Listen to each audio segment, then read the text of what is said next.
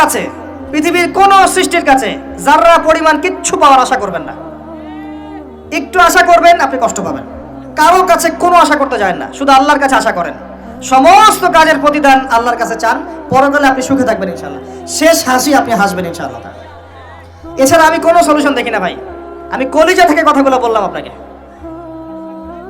আর যে কথা কলিজা থেকে বের হয় সেই কথা আপনার কলিজার মধ্যে আঘাত করবে ইনশাআল্লাহ। সব কাজ শুধু আল্লাহর জন্য করেন, কেউ আপনার আপন না। আল্লাহ ছাড়া কেউ আপনার আপন নয়। আপনি ভুল করবেন যদি আপনি অন্য কাউকে আপন মনে করেন। আপনার পলিটিক্যাল লিডার, আপনার প্রশাসনের স্যার, আপনার পরিবারের স্ত্রী, আপনার সন্তান, হাবি যা যা আছে, যদি মনে করেন এরা আমার আপনজন, আপনি ভুল করবেন। সবাই সবার স্বার্থ চেনে, সবাই সবার স্বার্থ চেনে। শুধু আল্লাহ আপনাকে নিঃস্বার্থভাবে ভালোবাসেন, আল্লাহ পাক স্বার্থ চান না। সারাটা জীবন পাপ করে থাকলেও একটা বার দাঁড়িয়ে খালি বলেন আল্লাহ আস্তাগফিরুল্লাহ ওয়া আতুবু ইলাইহি, মন থেকে বলেন আল্লাহ আমি ভুল করেছি, আল্লাহ আমাকে মাফ করে দাও। এক মুহূর্তের মধ্যে আল্লাহ পাক আপনার সমস্ত গুনাহগুলোকে নেকিতে পরিবর্তন করে দিবেন ইনশাআল্লাহ। আল্লাহ ছাড়া কেউ নাই আপন। আল্লাহর জন্য খালেস করে ফেলেন নিজেকে, তার দিনের জন্য চেষ্টা করেন। তার দিন আজকে অবহেলিত, তার দিন আজকে অপদস্থ। সারা বিশ্বের বুকে আজকে মুসলিমরা নির্যাতিত, নিপীড়িত। দিনকে এগিয়ে নেওয়ার জন্য কিছু করেন। আপনার ক্ষুদ্র ক্ষুদ্র প্রচেষ্টা ইনশাআল্লাহ আগামী দিন ইসলামের বড় বিজয় নিয়ে আসবে। দিনের জন্য খালেস করে ফেলেন নিজেকে। আপনার সময় আছে এখন, জ্ঞান অর্জন করেন, জ্ঞান অর্জন করেন, পড়াশোনা করেন, আলেম ওলামার কাছে গিয়ে ক্লাসিক্যাল বইগুলো পড়েন, প্রজেক্ট রেডি করেন, দাওয়াতি কাজ করেন, বই লিখেন, বক্তব্য দেন, দিনের জন্য করেন। আপনাকে আপনার দুনিয়া আল্লাহ গুছিয়ে দিবেন ইনশাআল্লাহ। দুনিয়া আল্লাহ গুছিয়ে দিবেন ইনশাআল্লাহ। আপনি দিনের জন্য খালেস করে ফেলেন নিজেকে, আল্লাহর দিনের হয়ে যান। এবং দুনিয়া যে কাজগুলো করবেন শুধু আল্লাহ সন্তুষ্টির জন্য করবেন, কারো কাছে কিচ্ছু পাওয়ার আশা করবেন না। দেখবেন ইনশাআল্লাহ আপনি সুখে থাকবেন। একটা পর্যায়ে গিয়ে নূহ আলাইহিস সালামকে বলতে হয়েছে রব্বি আন্নী মাগলুবুন ফান্তাসির। আল্লাহ 950 বছর দাওয়াত দিলাম, মানুষ কথা শোনে না, মানুষ শোনেই না। 950 বছর দাওয়াত দিলাম, আল্লাহ আমার পরিবারের লোকও কথা শোনে না। আল্লাহ আমি পরাজিত, তুমি আমাকে সাহায্য করো। একটা পর্যায়ে গিয়ে লূত আলাইহিস সালামকেও তার স্ত্রী সন্তান ছেড়ে চলে যেতে হলো। একটা পর্যায়ে গিয়ে ইব্রাহিম আলাইহিস সালামকে তার বাবাকে ছেড়ে চলে যেতে হলো। একটা পর্যায়ে গিয়ে আসহাবুল কাহফকে সমাজ থেকে চলে যেতে হলো দূরে। একটা পর্যায়ে গিয়ে মুহাম্মদ সাল্লাল্লাহু আলাইহি ওয়াসাল্লামকে হিজরত করে চলে যেতে হলো, সাথে কেউ ছিল না। আল্লাহর জন্য ভালোবাসা, আল্লাহর জন্যই বিচ্ছেদ। ইতিহাস তাদেরকে ভুলে যায় নাই। তো একটা পর্যায়ে গিয়ে মানুষ যখন আর পারে না, তখন প্রয়োজনে একা আল্লাহকে নিয়ে থাকতে হয়। এটাই আল্লাহ পাকের মারিফতের সর্বোচ্চ লেভেল। আল্লাহকে নিয়ে থাকেন, ইনশাআল্লাহ আপনি ভালো থাকবেন। রাসূলকে নিয়ে থাকেন, ভালো থাকবেন। তার সুন্নাহকে নিয়ে থাকেন, ভালো থাকবেন। তার দিনকে নিয়ে থাকেন, দিনের জ্ঞান অর্জন করেন, দিনটাকে প্রচার করার চেষ্টা করেন, দিনটাকে প্রতিষ্ঠা করার চেষ্টা করেন। দিন প্রতিষ্ঠা করলে কারো কোনো ক্ষতি হবে না। শৈথিল্যতাবাদী হবেন না, আবার চরমপন্থী হবেন না, জঙ্গি সন্ত্রাসী হয়ে যাবেন না। মধ্যম পন্থায় দিনটাকে নিয়ে গিয়ে যাবেন, মধ্যম পন্থায় এগিয়ে যাবেন, ধীরে ধীরে সবরের সাথে। একটা লেকচারে বলেছিলাম, আমাকে 3টা নসিহত করেছিলেন একজন আলেম। বলেছিলেন প্রথমে জ্ঞান অর্জন করো, 1, 2, তারপরে তুমি ধৈর্য ধরা শিখো, আর 3 সাহসী হও। ভীরু কাপুরুষের জন্য জান্নাত নয়, তিনি বলেছিলেন। অতএব এভাবে চিন্তা করলে আপনি ইনশাআল্লাহ দুনিয়াতে ঠকবেন না, বা দুনিয়াতে ঠকলেও পরকালে আপনি জিতবেন ইনশাআল্লাহ তাআলা। পরকালে আল্লাহ পাক আপনার প্রতিটা কষ্টের প্রতিদান দিবেন ইনশাআল্লাহ আযজা ওয়া জাল। আসুন আমরা সবাই যার যার জায়গা থেকে আল্লাহর হয়ে যাই, আল্লাহর জন্য নিজেকে খালেস করে দিই। আর আল্লাহর ভালোবাসা পেতে চাইলে তার রাসূলকে তার রাসূলের আনুগত্য করতে হবে, তার সুন্নাহ মাফিক চলতে হবে। আল্লাহ পাকের ফরজ ওয়াজিবকে ভালোবেসে আদায় করেন। বিরক্ত হয়েন না, নামাজের আজান হচ্ছে বিরক্ত হয়ে যায় না। ভালোবেসে নামাজে যান, যে আল্লাহ আমার কাছে একটা ইবাদত চেয়েছেন, আমার রব আমার সৃষ্টিকর্তা আমাকে একটা সুযোগ দিয়েছেন, আমার কাছে একটা ইবাদত চেয়েছেন, সিজদা চেয়েছেন। আল্লাহ আমার কাছে কি আর চেয়েছেন? তাওহীদ চেয়েছেন, সুন্নাত চেয়েছেন, হালাল খাই এতটুকু চেয়েছেন, সাধ্যমতো দিনের খেদমত এটা চেয়েছেন। আল্লাহ পাক আমার জন্য জান্নাত রেখেছেন, আমি আল্লাহর জন্য করব না? আল্লাহ পাকের কাজগুলো ভালোবেসে করেন, আল্লাহ পাকে কাছে পাবেন ইনশাআল্লাহ তাআলা। দেখবেন যদি আপনি আল্লাহর হয়ে যান, আপনি মনে মনে কিছু চাইবেন, হাত উঠিয়ে চাওয়ার আগে আপনার সামনে আল্লাহ পাক সেটা হাজির করে দিবেন ইনশাআল্লাহ। বিশ্বাস হচ্ছে না আপনার কথা, আমার কথা? আমার জীবনে শত শতবার এই ঘটনা ঘটেছে। মনে মনে চিন্তা করছি যে এটা দরকার, এটা হলে ভালো হতো, এমনকি এমনও চিন্তা করছি এটা খেতে ইচ্ছা করছে, সামনে গিয়ে দেখে হাজির। একটা কথা মিথ্যা বানিয়ে বলছি না, আল্লাহর কসম। এমনও হয়েছে যে আমি মনে মনে চিন্তা করেছি যে এটা খেতে ইচ্ছা করছে, খেতে পারলে ভালো লাগতো। যেখানে গিয়েছি দেখি সেই বাড়ির মালিক সেটা সার্ভ করেছে। এমন একটা ঘটনা আপনাকে বলি, যে আমি এক জায়গায় যাচ্ছি, জিজ্ঞাসা করছি যে কি রান্না করছো, বলছে খিচুড়ি রান্না করছে। ঠিক আছে, খুব খুশি, খিচুড়ি খাবো বাসায় গিয়ে। কোনো একটা কারণে রাস্তায় আমার একটা বিপদ হলো। বিপদ হওয়ার পরে আমি বাসা যেতে পারলাম না, কোনো একটা জায়গায় আমাকে থাকতে হলো অল্প সময়। সেখানে আমার পরিচিত তিনি ভাই, সে আমাকে বলছে কিছু খেয়ে নেন। ঠিক আছে, কি আছে নিয়ে আসেন। খাবার নিয়ে আসা হলো, দেখলাম খিচুড়ি। কথা কি বুঝতে পারছেন? দেখে আমার চোখ দিয়ে এক ফোঁটা পানি পড়লো খাবারের উপরে। যে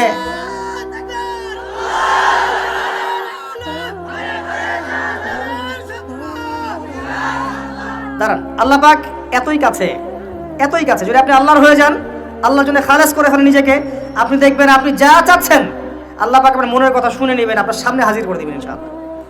কিচ্ছু ভাববেন না, আল্লাহকে ছাড়া কোনো দিকে ভাবার দরকার নাই। আল্লাহর দিন আজকে একটা চরম অবমাননাকর জায়গার মধ্যে আছে, আপনি বুঝতে পারছেন না। দুই চোখ দিয়ে দেখেন, সারা বিশ্বের প্রেক্ষাপটের সাথে মুসলিমদের অবস্থা মেলান, দেখবেন আমরা আর সে আগের জায়গায় নাই। আমাদের অবস্থা এখন ভালো নয়, প্রত্যেকটা দিক থেকেই ভালো নয়। ধর্মের ক্ষেত্রে না, ইকোনমিক্সে না, পলিটিক্সে না, জিও পলিটিক্সে না, সোশ্যালি না, সংস্কৃতিতে না, কোনো ক্ষেত্রেই নাই। আমরা সে আগের জায়গায় নাই এখন আর। এই জায়গায় রিগেইন করতে হলে আমাদেরকে বেসিক কাজগুলো করতে হবে। আবার নামাজি হতে হবে, আমাদেরকে আবার রোজা রাখতে হবে, আবার দিনের খেদমতের চেষ্টা করতে হবে, কোরআন শিখতে হবে, আবারও সুন্নায় ফিরে আসতে হবে। ইনশাআল্লাহ তাআলা দেখবেন আস্তে আস্তে আস্তে আস্তে এমন প্রজন্ম গড়ে উঠবে যারা ইসলামের পতাকা নিয়ে সামনে এগিয়ে যাবে ইনশাআল্লাহ। আসেন, আপনাকে আমি পারিবারিক বিষয়গুলো আর বেশি বলতে চাচ্ছি না আজকে। আর একদিন ইনশাআল্লাহ আমি টোটাল লেকচারটাই আদর্শ ইসলামিক পরিবার এবং সমকালীন ফিতনাগুলোর উপর দিব ইনশাআল্লাহ। সামনে যান, ফিতনা আপনার অর্থনীতির মধ্যেও আছে। খুব কম মানুষ আছে আমাদের এখানে যারা অর্থনৈতিক জীবনে হালাল খাচ্ছে, ম্যাক্সিমাম সুদ খাচ্ছে। অনেকেই ঘুষ খাচ্ছি আমরা, অনেকেই দুর্নীতি করছি, অনেকে ঠকবাজি করছি, অনেকে মানুষের হক নষ্ট করছি না? কারো রিজিকে যদি একটা টাকা এরকম হারাম চলে আসে, এই রিজিক দিয়ে আল্লাহর ইবাদত করলে ইবাদত কবুল হবে না। খুব সাবধান। নবীজি আগেই বলেছিলেন সাল্লাল্লাহু আলাইহি ওয়াসাল্লাম, যে সুদ খায়, যে সুদ দেয়, যে সাক্ষী থাকে, যে লিখে রাখে, সবাই সমান অপরাধী। দিব্যি আমরা খাচ্ছি। নবীজি বলেছিলেন সাল্লাল্লাহু আলাইহি ওয়াসাল্লাম, যেটা মায়ের সাথে জেনা করার মতো অপরাধ এবং আল্লাহ এবং তার রাসূলের সাথে যুদ্ধ করার মতো অপরাধ, দিব্যি আমরা খাচ্ছি, দিব্যি খাচ্ছি, পরোয়াই নাই কোনো। এক দিরহাম সুদ খেলে নবীজি বলেছেন সাল্লাল্লাহু আলাইহি ওয়াসাল্লাম 36 বার জেনার পাপ হয়, 36 বার। দিব্যি খাচ্ছে, কোনো পরোয়া নাই। তবে আলহামদুলিল্লাহ এখন এই কথাগুলো শুনে অনেক মানুষ সুদি কারবার থেকে সরে এসেছেন, আমি জানি। আমি দোয়া করি মন থেকে আল্লাহ পাক তাদেরকে বেহিসাব রিজিক দান করুন। রিজিকের মালিক কে ভাই? আমি যদি মনে করি যে আমি সুদি কারবার না ছাড়লে আমার রিজিক কমে যাবে, তাহলে আমি মনে করছি রিজিকের মালিক আমি নিজেই, তাই নয় কি? আল্লাহর উপর তাওয়াক্কুল করে ছেড়ে দিয়ে দেখেন, আল্লাহ পাক আপনার জন্য আসমান জমিনের বরকতের দরজা খুলে দেবেন ইনশাআল্লাহ। বিশ্বাস করছেন না আমার কথা? রিজিক কার হাতে? সমুদ্রের নিচে কোটি কোটি মাখলুক আছে, কে খাওয়ায়? এই জমিনের উপরে কোটি কোটি কীটপতঙ্গ আছে, কে খাওয়ায়? আপনি কি 10টা হাতির দায়িত্ব নিতে পারবেন? এই শত শত হাতিকে কে খাওয়ায়? গবাদি পশুকে কে খাওয়ায়? জীবজন্তুকে কে খাওয়ায়? এই পৃথিবীতে কোনো মানুষ না খেয়ে মারা যেত না যদি তারা আল্লাহর বিধান অনুযায়ী অর্থনৈতিক জীবন পরিচালিত করত। যদি ওরা সুদ না খেত, সুদ খাওয়ার পর রিজিক কমে গেছে, আর তারা যদি যাকাতটা ঠিক মতো দিত, তাহলে দেখতেন দারিদ্রতা বলে কিছু থাকতো না। ধনী গরিব থাকতো, কিন্তু সবাই একটা সাম্যাবস্থায় থাকতো, কেউ একেবারে নিষ্পেষিত হতো না। কারণ যাকাত এবং ব্যবসার মধ্য দিয়ে টাকা পয়সা ঘুরতে থাকে, এক হাত থেকে আরেক হাতে যেতে থাকে। আর রিবার মধ্য দিয়ে টাকা পয়সা এক শ্রেণীর মানুষের হাতে চলে যায়, ধনীদের হাতে চলে যায়, আর গরিবরা আস্তে আস্তে দারিদ্রতার অতল তলে যেতে থাকে। আপনার অর্থনৈতিক জীবন ঠিক নাই, দেখবেন এখানে ফিতনার শেষ নাই। অন্যদিকে আসেন, আপনি সামাজিকভাবে দেখেন, সামাজিক জীবনে ফিতনার শেষ নাই। খেয়াল করে দেখেন, আত্মীয়তার সম্পর্কগুলো নষ্ট হয়ে যাচ্ছে। খেয়াল করে দেখেন, এখন টাকার জন্য সন্তান বাবাকে হত্যা করে, সন্তান মাকে হত্যা করে, ভাই ভাইকে হত্যা করে, বোন বোনকেও হত্যা করছে। প্রতিবেশীর হক আমরা দিতে পারছি না, আত্মীয়তার হক দিতে পারছি না, জমি নিয়ে দ্বন্দ্ব, বাড়ির সীমানা নিয়ে দ্বন্দ্ব, ব্যবসা নিয়ে দ্বন্দ্ব, দ্বন্দ্বের শেষ নাই। এটা সোশ্যাল জীবনে হচ্ছে। আবার ইকোনমিক সেকশনে এমনও হচ্ছে, ব্যবসা করছি হালাল মনে করে, এখানে সুযোগ বুঝে সিন্ডিকেট করছি, মজুতদারি করছি, ইচ্ছা করে দাম বাড়িয়ে দিচ্ছি, মানুষকে বিব্রত করছি, গভর্নমেন্টকে বিব্রত করছি। এগুলো আমরা কৃত্রিম সংকট তৈরি করছি, মাপে কম দিচ্ছি, ব্যবসা করছি মাপে কম দিচ্ছি। অমুসলিম ব্যবসা করছে, মাপে সঠিক দিচ্ছে। অমুসলিম ব্যবসা করছে, মাপে সঠিক দিচ্ছে। অমুসলিম ব্যবসায়ী সিন্ডিকেট করছে না। একজন হিন্দু ব্যবসায়ী, আল্লাহ পাক তাকে হেদায়েত করুক, সে মাপে কম দিচ্ছে না, সিন্ডিকেট করছে না, কৃত্রিম সম্পদ তৈরি করছে না, মুসলিমরা করছে। রমজান মাসকে কেন্দ্র করে মুসলিমরা ব্যবসা করে নিচ্ছে, সুবহানাল্লাহ। আর মানুষ সামান্য নিত্য প্রয়োজনীয় দ্রব্যের জন্য ট্রাকের পিছনে দৌড় দিচ্ছে। কি একটা দৃশ্য, সুবহানাল্লাহ। এর ফলাফল আপনি পাবেন, মানুষের হক নষ্ট করার ফলাফল পাবেন। কিয়ামতের মাঠে এর বিচার না করে আল্লাহ পাক ছাড়বেন না। এত সহজ না কোনো কিছু। আল্লাহ পাক কিয়ামতের মাঠ রেখেছেন, রাখার দরকার ছিল, না হলে কোনো জালেমের বিচার হতো না। যত জালেম এই পৃথিবীতে পার পেয়ে গেছে, কিয়ামতের মাঠে কেউ পার পাবে না। এই জন্য আল্লাহ পাক কিয়ামতের মাঠ রেখেছেন, এবং এটা রাখা উচিত ছিল। আল্লাহ পাক শুধু গফুর রহিম নন, আল্লাহ পাক হচ্ছেন আদেল, ন্যায় বিচারক।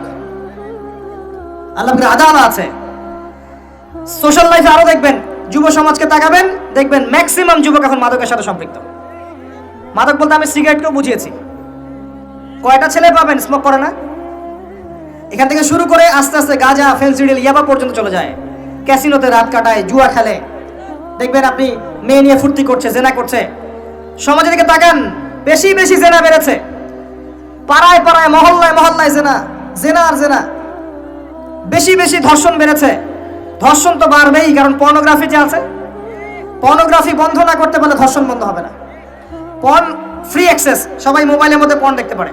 যে কেউ বাসায় যাবে, দরজা বন্ধ করবে, রাত্রেবেলা শুয়ে পর্ন দেখবে। যে কেউ পারবে, কেউ পথে যাওয়ার নাই। আর মনের মধ্যে তো আল্লাহর ভয় নাই, নামাজ রোজা হজ জাকাত তো নাই। পর্ন দেখবে, ভিতর থেকে পশু হয়ে যাবে। তখন একটা মেয়েকে তার কাছে মেয়ে মনে হবে না, গোশতের টুকরা মনে হবে। জি, যে ব্যক্তি পর্নাসক্ত, তার কাছে একটা মেয়েকে মেয়ে মনে হয় না। তার কাছে একটা মেয়েকে সম্মান দেওয়ার মানসিকতা থাকে না। তার কাছে একটা মেয়েকে মনে হয় একটা মাংসের বা গোশতের টুকরা, একে ভোগ করতে হবে, এতটুকু মনে হয়। একটা বাচ্চা মেয়েকে সে আদর করে কোলে নিতে পারবে না। তার কাছে মনে হবে এই মেয়েটাকেও পেলে ধর্ষণ করে ফেলবো। ডে বাই ডে বাচ্চাদের ধর্ষণ বেড়েছে বাংলাদেশের মাটিতে। এটার কারণ পর্নোগ্রাফি। এটা মানুষকে পশু বানিয়ে ফেলেছে। আর কিভাবে বললে আপনারা বুঝবেন? পর্ন বন্ধ না করতে পারলে যুব সমাজের অবক্ষয় ঠেকানো যাবে না। এই পর্নোগ্রাফির কারণে ধর্ষণ বেড়েছে। এর উপরে আরো আছে। এর উপরে মেয়েরা আবার জিন্স গেঞ্জি পরে ঘুরছে, বেহায়াপনার মতো ঘুরছে। রাস্তায় ঘাটে, অফিসে, শপিং মলে, বিমানবন্দরে, যে কোনো জায়গায় আপনি যান, দেখবেন মেয়েরা নগ্ন হয়ে ঘুরছে। কাপড় পরেও নগ্ন, কাপড় পরেও নগ্ন। এটা ওই নগ্ন বোঝানো হয়নি যে একেবারে কোনো ড্রেসই নাই। নবীজি বলেছেন নিসাউন কাসিয়াতুন আরিয়া, এমন এক শ্রেণী মহিলা আসবে যারা কাপড় পরেও নগ্ন থাকবে। এর ব্যাখ্যা আমাকে করার দরকার নাই আপনার সামনে, আপনি জানেন ভালো করে ব্যাখ্যা কি। কাপড় পরেও নগ্ন থাকবে। এগুলো ছড়িয়ে দিচ্ছি, এগুলো উস্কিয়েও দিচ্ছি। এবং যখন কেউ পর্দা করতে যাচ্ছে, বলছি এ মৌলবাদী হয়ে গেছে, সন্ত্রাসী হয়ে গেছে, এ ব্যাকডেটেড হয়ে গেছে। বোরখা পরে পরীক্ষা দিতে আসছে কেন? নেকাব খোলো। এরকম করছি আমরা ওর সাথে। জি, আবার মেয়ে ছেলে ফ্রি মিক্সিং দিয়ে দিচ্ছি।